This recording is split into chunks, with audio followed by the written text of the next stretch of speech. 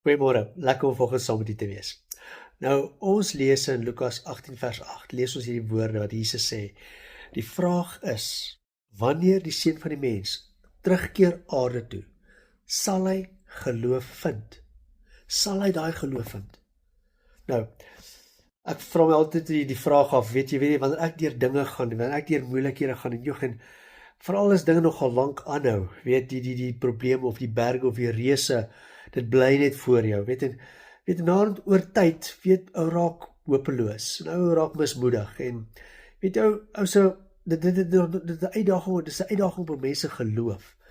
En dan vra ek altyd myself my vraag af, weet as Jesus nou sal kom, gaan hy geloof by my vind, of gaan hy bekommernis, doubt, en al die dinge wat anti-geloof is, of teen-geloof is, gaan hy dit vind.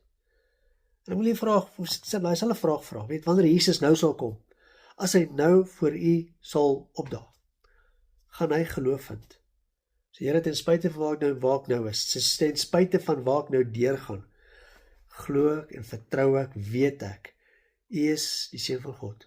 U sal my nooit verlaat en nooit in die steek laat nie. Al kyk u nou neer van die hemel af na my toe, sal u geloof vind.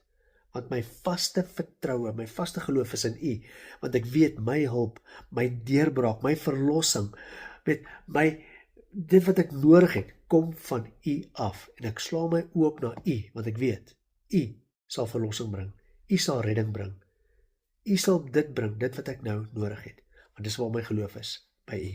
So, wanneer die Here nou na ons sal kyk, wat sien hy?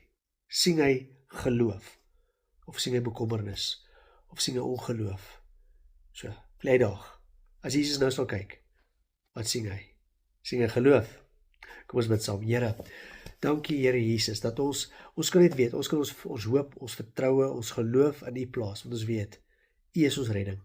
U is ons redding, en u is ons deurbraak, en ons eer u vir dit, in Jesus naam.